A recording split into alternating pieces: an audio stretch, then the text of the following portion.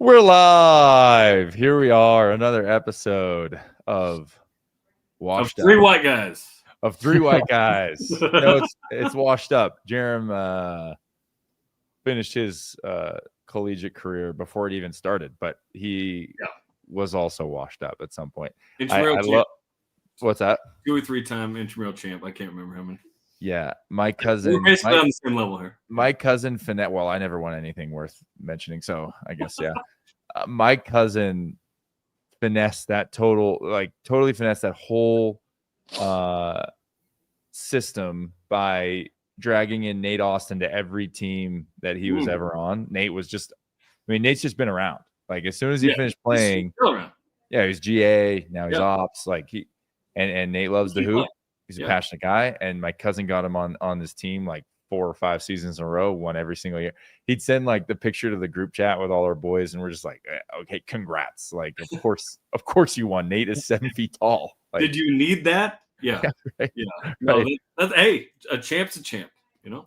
Yeah. Yeah. It's kind of like, well, I'm gonna go down a rabbit hole, but do you like or dislike the Mickey Mouse ring that LeBron James won? Is that a harder championship, or was that a easier championship than intramurals?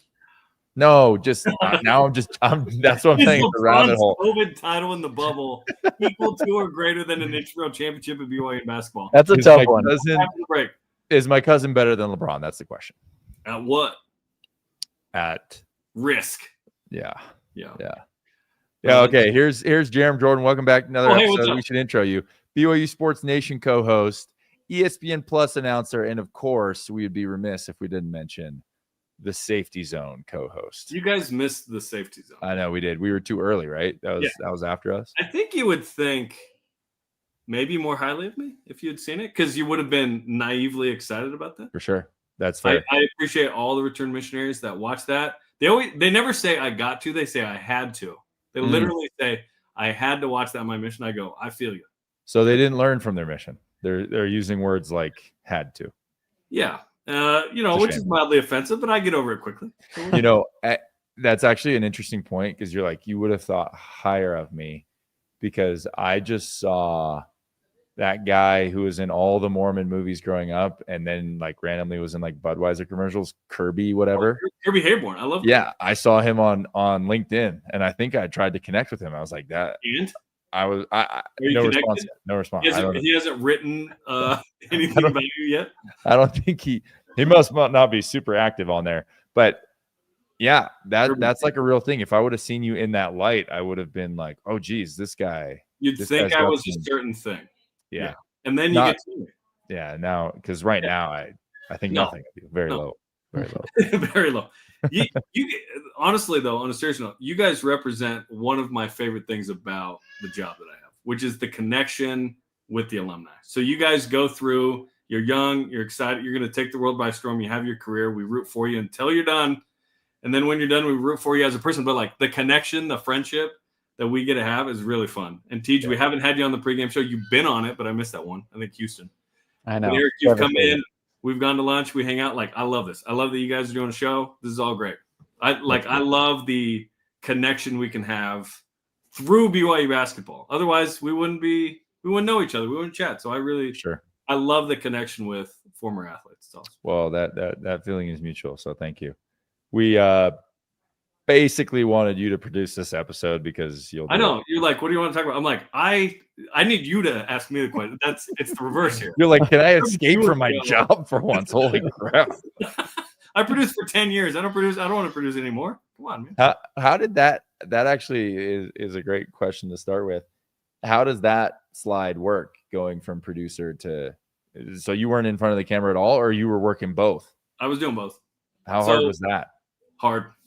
Yeah. I look back on what I was doing for a few years, and everyone's got hard things about their job, but I guess I was just asked to do a lot, and I just did it. And I learned a ton, and it was awesome. But in hindsight, I'm like, how did I have time for that? Honestly, my wife, I'm like, why did you put up with that? Right.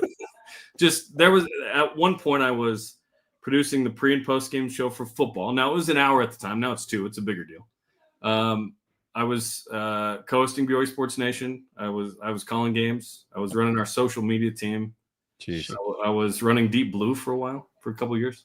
Now I just do stuff in front of the camera. So I was doing the coach shows as well. Now you're just the face. Now I'm just pretty face. A pretty face. Yeah. Yeah. Is doTERRA Deep Blue sponsoring BYU Deep Blue yet?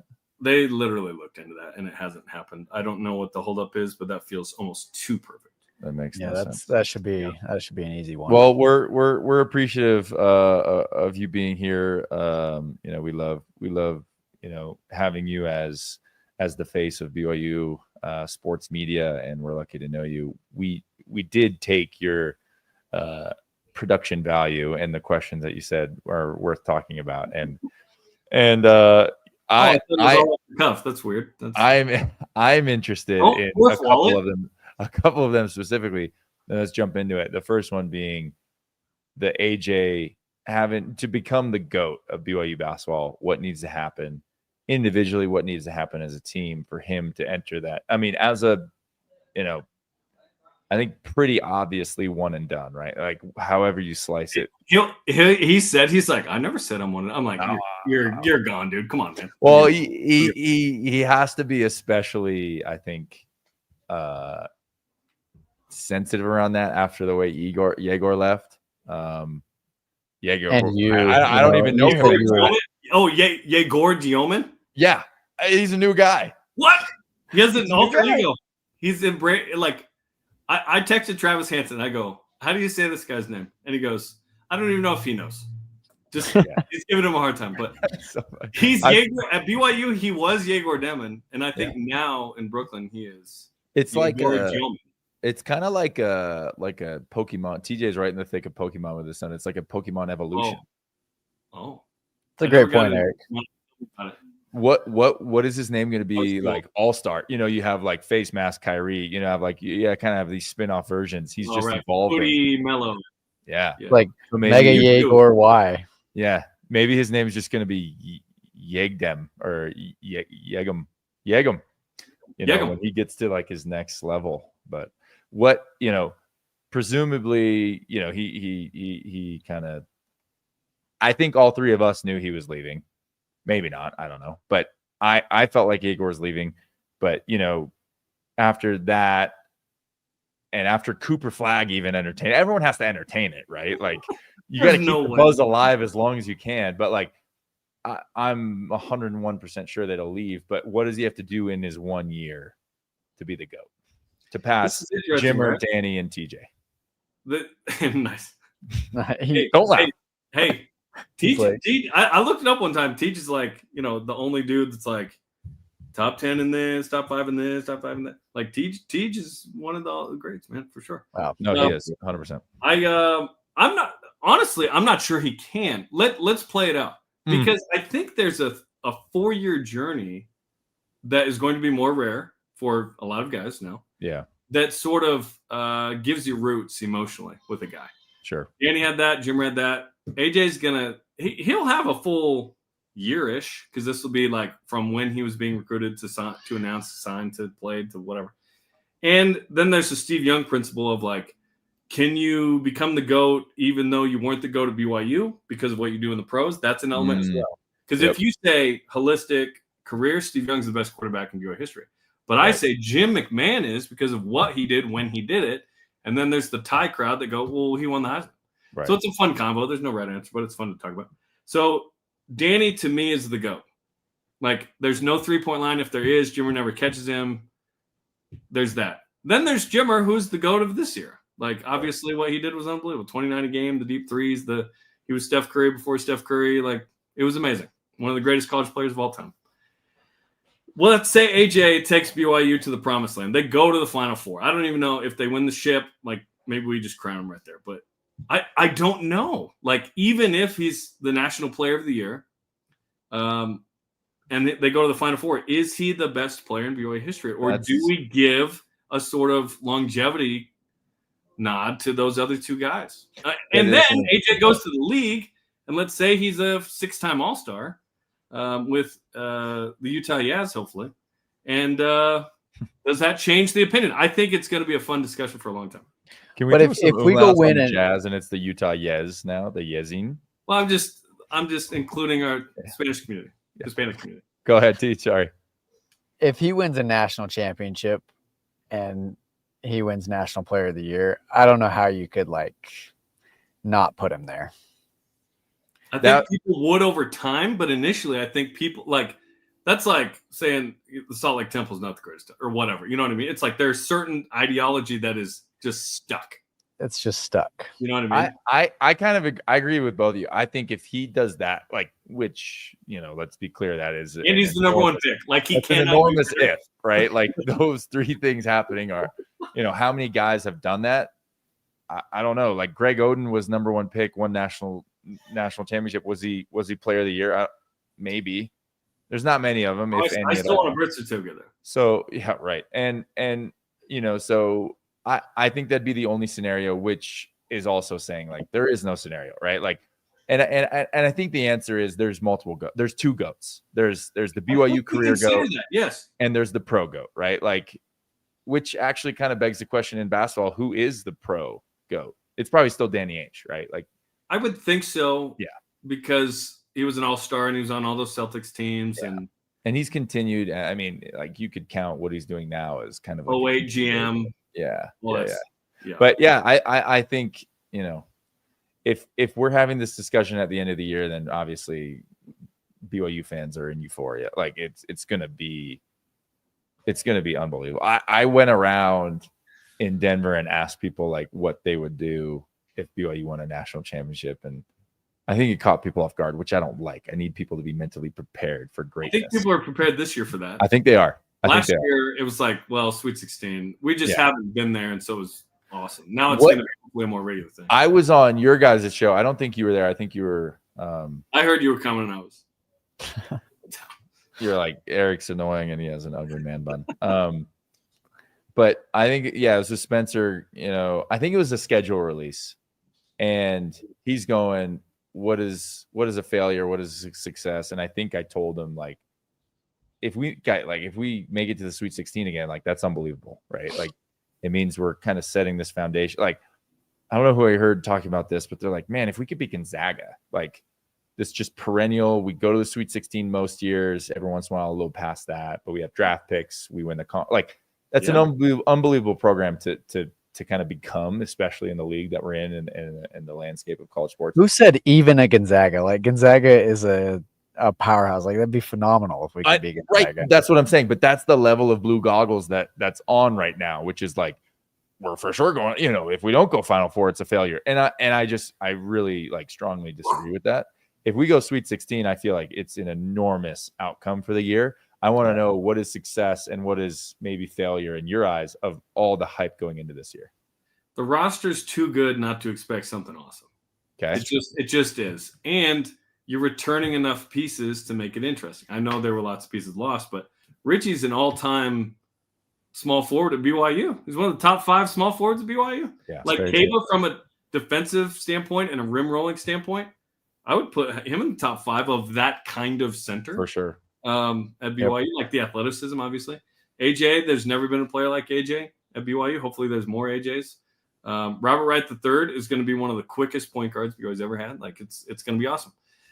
So Sweet 16 would be good. They've got to hit at least Elite 8, I think. I think that really there's too much invested to not literally and emotionally, right? And Kevin Young has the lay of the land. Last year, he's literally going through the weeds of what is this?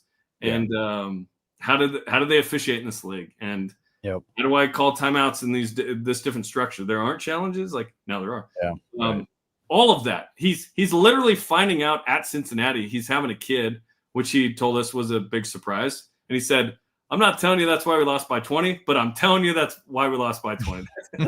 That's so great. All of that, the emotions of just all of this, of him understanding what BYU is and what it means to so many people. Now that he has that and they have a full off season and they kept the coaching staff, why not? It's awesome. I know you could really see that was something that was so cool to me to see like KY's progression throughout the year. Like at the beginning, it was like you could tell there was a learning curve to being in college from at the NBA, and to watch his adjustments and like how he approached the game and how they played differently. It was like very noticeable. And you make a great point. Like now he's had a full year, like jumping into it this year to start is going to be way different than we started last year, because he's experienced now. He's had, a full year under his belt, and he's taken a team to the Sweet 16. Like that is legit experience, and bringing that in is going to be awesome to see to start. I love the Chris Burgess interview you guys had with on. He said that they had all but 2 games scheduled in non-con already. They didn't have any control over that. Yeah, that wasn't Kevin's schedule. That was Nick Robinson's schedule, right? Right. That was a little different. And then they also got smacked by Houston twice. And they went out and recruited guys to compete against Houston. Like right. Kennard Davis is so they can compete against Houston. So yeah, matches up. On that point, how do you feel about our Houston matchup this year? Like, are you confident? Are we splitting with them, or like, how do you feel about this matchup? And to piggyback on that, what level of inside information are you basing these things off of versus you're just reading what's going on? You're like, oh, this is what we're gunning for this year. That is an observation I was told. Like this guy will help us match up physically with more physical teams. And I said, like Houston, yes, right. From a staffer, and not that makes sense. If you look in the league, who is the standard bearer right now? It's Houston. Right. People are Kansas is looking up. Like Kansas right now is looking at BYU and going, how do we beat those guys? They've beat us twice. It's been a while.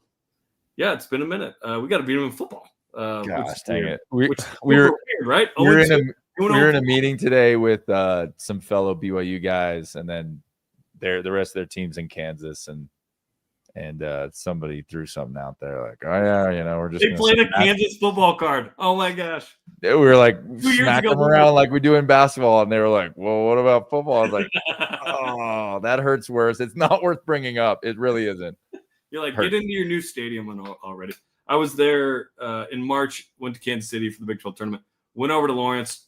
Nate Mickle teaches actually in the business school, former BYU wide receiver. Went and saw the field house and everything. It was awesome. It was cool. But cool. I think, we're going to try and challenge Houston for the Big 12. That's so awesome. Yeah. I still think I need to see it. I can't proclaim that we're better than Houston. That feels crazy right now. Like I tip the hat. I kiss the ring right now. But let's go compete and see if we aren't as good or better. Do you like, I've said this on our show before, like, and I don't want, I doubt the BYU coaches are listening to this and really care what my opinion is, but like my only fear and reservation, Kevin Young's like, I will block Eric for this. But he's probably blocked me for my haircut. But my main concern, and we talked about it, I think last week or 2 weeks ago, and TJ brought up a good point. He said, listen, it's chess, not checkers. Like, depending on what guys you have out there and how we've built this team, like we can create disadvantages as well, right? Like Kaba might not be able to guard, some huge guy that's super efficient in the post, and he's 7'2", whatever.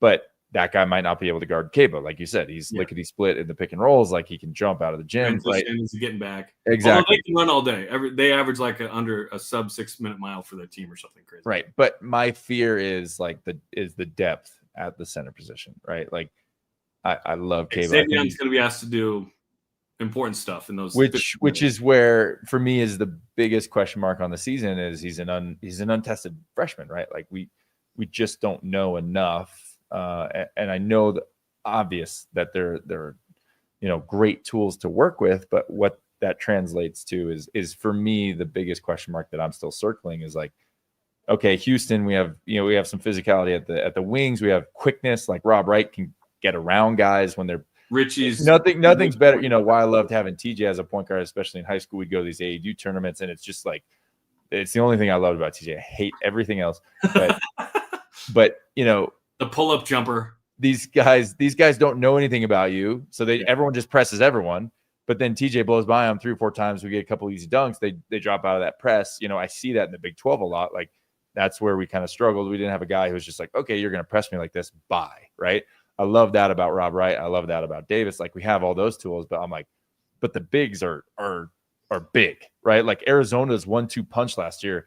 TJ and I were at that game live, and I was like, these guys look like an NBA team. Like, their size and length was unbelievable, as a front court, and that is my one concern. And I keep talking about it so that I'd love to be pleasantly surprised and proved wrong. But then if I'm right, then everyone think I'm smart. So I'm just really hedging my position for the pre and post game show with you, Jarom.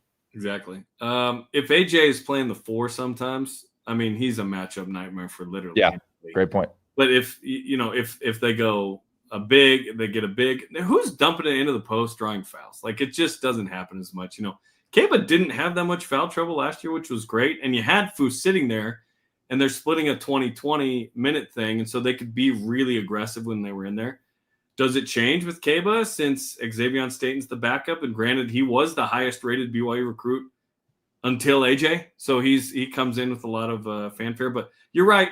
The front court, it's a little different. But they've catered this roster to, we only need like 2 true bigs. Mihailo's kind of more of a stretch 4 to me, although they can play him at the 5. Sure. Yeah, that's valid. Like, it's definitely wing heavy, as is college basketball for sure. Yeah. All right, Teej, you want to read our Christopher Jensen comment, and then we'll get Jarom out of here. All right. Christopher Jensen asked, do you think there's any change to offensive scheme this year? Seems like last year's players versus this year's are so different, but the scheme worked last year, so do you change it? It's a good point. Yet, in the Ken Pom era, that was BYU's best offense ever. Most efficient, points per possession of 100 possessions. So it's like Kevin Young was running the offense himself, and it was unbelievable. Like, you can see why that 21 Suns team went to the finals kind of vibe, right? Right. Those sets were incredible. He was unbelievable at, I'm calling this timeout, we're getting this bucket. Right. So good situationally, the whole offense. So how do you get AJ and Richie and Rob Wright in positions to score a ton? And the thing is, when AJ has the ball, that is its own offense. Just him creating, finding someone, getting to the rim, getting fouled. We saw in the U19 tournament. Got fouled so he got much. fouled like 7 times a game. I know. He was shooting like 10 to 15 free throws every game. That's an element that BYU's frankly never really had. Yeah. Where a guy that gets to the line a ton, that's very NBA, right? Of, I can slow the game down, I can get to the stripe, I can get easy buckets. I don't think BYU has to change the scheme personally. I don't know how you guys feel, but I feel like they have the personnel that plugs into that. I think Kevin knows what kind of offense he wants to run. And if it doesn't work, they'll adjust. Like we saw that 9-game win streak, they made 100%. Tweaks, especially to the defense. I don't think the peel switch sort of sank in to the level they wanted. So they kind of simplified a little bit. They played a little bit better defense. And they realized, let's just run and gun. We got a bunch of shooters. Let's make it happen. Do you think they need, because, a lot of commentary around AJ, obviously coming from BYU fans that are, invested. It's kind of like when you're watching your kid, you're like, why isn't my kid shooting every single time? BYU fans, reading Twitter comments and YouTube comments. It's like, why isn't USA, he's the MVP, but they're not running sets for him. Do you think, do we need to run sets for him? Right. Like, I don't know. I want to get your take, because TJ and I have talked about this a lot. Like Richie, you don't need to run sets for, correct? Right? Like he just plays on closeouts. He gets offensive rebounds. He pushes and breaks. Like he's just ultra efficient, right? And I feel like that's where AJ is so killer. And watching him at U19, the camp in Colorado was unbelievable for me, because I've seen him in person, but this was just another level. And he was just with that group. Yeah, with that group, getting every rebound and then pushing it himself. And if it was a dunk, it was a dunk. If it wasn't, he kicked it out. He had no problem, right? They didn't run set. To me, it's like, okay, I get you guys want to see him be like the guy, but he's still the guy without having to be the guy. Like that's the best part about it, right? Brian Santiago said today to KSL Sports Zone, they were asking him about basketball, and he said, guys, I was watching a practice, and on 7 straight possessions, AJ got in the paint and he kicked it out, and they made 7 threes, 7 possessions in a row. Yeah. Like Richie has said, I've never been more open. Like, and this is coming off of a top 10 pick who could was the best passer in the draft. Like he's unbelievable, and he's a great teammate. He's going to make winning plays. He doesn't care about him. He cares about we. Like he's like better than I thought he would be from a personality standpoint and a buy-in standpoint. If he was super selfish and shot it 20 times a game and averaged 28 a game, and BYU went to the Elite Eight, I would love that too. I don't need the guy to be unselfish per se, but I like winning more than I like anything else. And I think he's just perfect for this. Yeah, that is well said. Winning more than anything else. Can we get like a shaved head Final Four promise from you again? No, because I believe it could happen. I know. So come on, let's just throw something out there. National champion. If they don't make the NCAA tournament. Say it. I want it to happen. Your word is your bond. I'll shave my head too, Jarom. Nice. You'll grow your hair. Yeah. How about Elite Eight? We chop off a finger. Let's just go like. Did you ever see the Chris Farley Japanese game show sketch on SNL? I feel like I've seen. Yeah, I think I have. He goes on he's touring in Japan and he's suddenly on a game show and it just gets crazy. Like the wrong answers, they start chopping off fingers and he's freaking out. Yeah. No.